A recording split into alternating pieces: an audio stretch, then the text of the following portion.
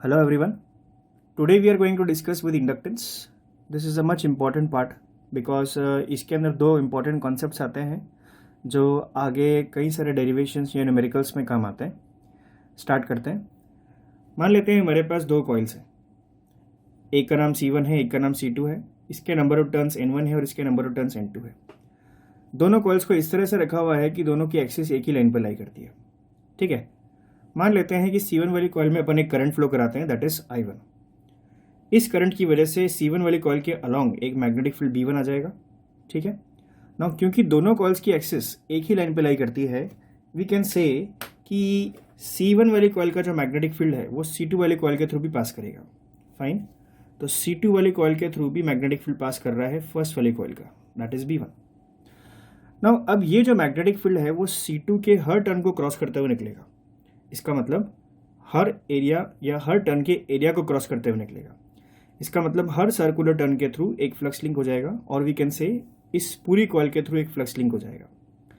अगर हम मान लेते हैं कि C2 की जो एक टर्न है उसके थ्रू जो फ्लक्स लिंक हुआ है अगर वो phi2 है, देन वी कैन से कि C2 के नंबर ऑफ टर्न्स टोटल कितने हैं, N2. और अगर एक टर्न से जो फ्लक्स लिंक हुआ है अगर वो phi2 है तो इसके सभी N2 टर्न से जो फ्लक्स लिंक होगा वो कितना हो जाएगा, N2 phi2. सो जो भी आपका फ्लक्स लिंकेज होगा सेकेंड वाले कॉइल का उसे हम लिख सकते हैं N2 phi2. So N2 phi2 here is representing the flux linkage जो सेकेंड वाली कॉइल से लिंक हुआ है. ठीक है. नाउ अब अगर जो प्रोसेस हमने किया है अगर उसे दोबारा रिपीट करें तो चलो मान लेते हैं कि हम इस करंट I1 की वैल्यू को इंक्रीज कर रहे हैं. अगर अपन इस करंट की वैल्यू को इंक्रीज करेंगे तो इससे ये मैग्नेटिक फील्ड बढ़ेगा, ये मैग्नेटिक फील्ड बढ़ेगा तो ऑब्वियसली ये भी बढ़ेगा. और इस मैग्नेटिक फील्ड के बढ़ने से कॉइल के थ्रू जो फ्लक्स पास हो रहा है और जो फ्लक्स लिंकेज लिंक हुआ है वो भी बढ़ेगा. In other words we can say कि सेकेंड वाले कॉइल का जो फ्लक्स लिंकेज है वो फर्स्ट वाली कॉइल के करंट को वेरी करने से चेंज होता है. And we can state straightaway that अगर फर्स्ट वाली कॉइल में करंट को इंक्रीज करेंगे तो इससे सेकेंड वाली कॉइल का जो फ्लक्स लिंकेज है वो बढ़ेगा. So in this case of induction method we can simply say कि इस कॉइल का जो फ्लक्स लिंकेज है वो फर्स्ट वाले कॉइल के करंट पर डिपेंड करता है. सो अगर प्रोपोर्शनलिटी के तरीके से लिखें तो वी कैन से कि सेकेंड कॉइल में जो फ्लक्स लिंकेज है N2 phi2 it is proportional to the current in first coil. ठीक है. ना ये जो प्रोसेस था इस प्रोसेस में हमने करंट तो इस कॉइल में पास कराया लेकिन उसकी वजह से हमने फ्लक्स सेकेंड वाली कॉइल में लिंक करा दिया.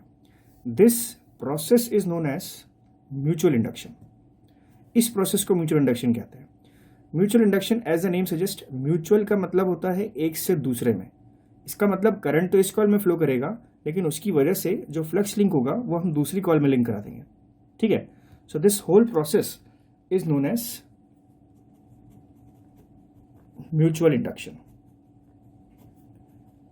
और म्यूचुअल इंडक्शन की प्रोसेस को अगर मैथमेटिकली रिप्रेजेंट करना है तो उसको ये वाली स्टेप एक्सप्लेन करती है कि हमेशा सेकेंड कॉइल का जो फ्लक्स लिंकेज होगा वो फर्स्ट वाली कॉइल के करंट पे डिपेंड करेगा. ना अगर हम यहाँ कांस्टेंट और प्रोपोर्शनलिटी ऐड करते हैं we will get N2 phi2 is equal to MI1. Now this M is equal to N2 phi2 upon I1. ठीक है. और इस M को आपसे लिखेंगे दिस इज म्यूचुअल इंडक्टेंस. ठीक है. तो mutual inductance is basically a constant of proportionality जो म्यूचुअल इंडक्शन को जब मैथमेटिकली रिप्रेजेंट करते हैं तब अपीयर होता है. और अगर अपन म्यूचुअल इंडक्टेंस को डिफाइन करना चाहते हैं तो we can simply define it with the help of this formula that mutual inductance between a pair of coils is defined as the flux linkage through the second coil when a unit current is passing through first coil. इसका मतलब अगर first वाली coil में 1 ampere current flow करेगा that is unit current flow करेगा, in that case second coil से जो flux linkage होएगा उसी को अपन क्या रिप्रेजेंट करेंगे, म्यूचुअल इंडक्टेंस की फॉर्म से रिप्रेजेंट कर सकते हैं. समझ में आ रही बात. So this is the way जिसकी हेल्प से आप अपने म्यूचुअल इंडक्टेंस को या म्यूचुअल इंडक्शन के प्रोसेस को एक्सप्लेन करते हो. There is one more method, हमें उसको भी डिस्कस करना होता है. अब उस पर आते हैं. पिछले केस में हमारे पास दो कॉइल्स थी और हमने एक कॉइल से दूसरे कॉइल में इफेक्ट जनरेट किया, उस केस को म्यूचुअल इंडक्शन बोल दिया. मान लेते हैं हमारे पास एक ही कॉइल है. ठीक है. इस कॉइल का नाम C दे रखा है, इसके नंबर ऑफ टर्न्स N दे रखे हैं और ये इसकी एक्सिस बना दी अपन ने. ठीक है. मान लेते हैं कि हमने इस वाले कॉइल में करंट आई फ्लो करा दिया है और इस करंट की वजह से इस कॉइल की एक्सिस पर एक मैग्नेटिक फील्ड बी भी आ गया है, ठीक है। Now we can say this magnetic field is crossing each turn of this coil, और अगर ये मैग्नेटिक फील्ड हर टर्न को क्रॉस करेगा तो डेफिनेटली हर टर्न के थ्रू एक फ्लक्स भी लिंक हो जाएगा। अगर एक टर्न से जो फ्लक्स लिंक हुआ है वो फाई है, तो इस पूरी कॉइल से जो टोटल फ्लक्स लिंक होगा वो कितना हो जाएगा, N phi. So the flux linkage, that is the total flux passing through this coil is N phi, और इसे अपन क्या लिख देंगे, फ्लक्स लिंकेज, ठीक है। पिछली बार जैसे ही प्रोसेस है। मान लीजिए कि हम अब इस करंट आई को चेंज कर रहे हैं, and let us suppose we are increasing this current. Now as the current increases, this magnetic field also increases, and this magnetic field increases, that means this flux also increases and this flux linkage also increases. So in this case we can say that the flux linkage of this coil depends on the current in the same coil. इसका मतलब इस coil से जो flux link हुआ है वो इसी coil के करंट पे डिपेंड करता है। पिछले वाले केस में क्या था, जो भी कॉइल का फ्लक्स लिंकेज था वो दूसरे के करंट पे डिपेंड करता था, पर इस वाले केस में इस कॉइल का फ्लक्स लिंकेज इसी के करंट पर डिपेंड करता है। सो इन दिस केस हम इस पूरी प्रोसेस को लिख सकते हैं कि ये प्रोसेस कहलाएगा self induction. This is called self induction. As the name suggest, self induction का मतलब खुद का खुद में, मतलब अपना ही करंट होगा, अपना ही मैग्नेटिक फील्ड होगा और अपने ही एरिया के थ्रू अपने ही फ्लक्स लिंक होगा, जिस वजह से सेल्फ इंडक्शन हो जाएगा, ठीक है। और सेल्फ इंडक्शन को अगर मैथमेटिकली रिप्रेजेंट करना है तो वी कैन सिंपली से कि जो भी फ्लक्स लिंक हुआ है वो अपने ही करंट पर डिपेंड करेगा। So this N phi is proportional to I and the constant of proportionality is L into I, ठीक है। कांस्टेंट ऑफ प्रोपोर्शनलिटी एल हो जाएगा, यहां से अगर एल को सॉल्व करेंगे ये हो जाएगा एन फाई अपॉन आई। इस एल को आपसे बोलेंगे अपन सेल्फ इंडक्टेंस,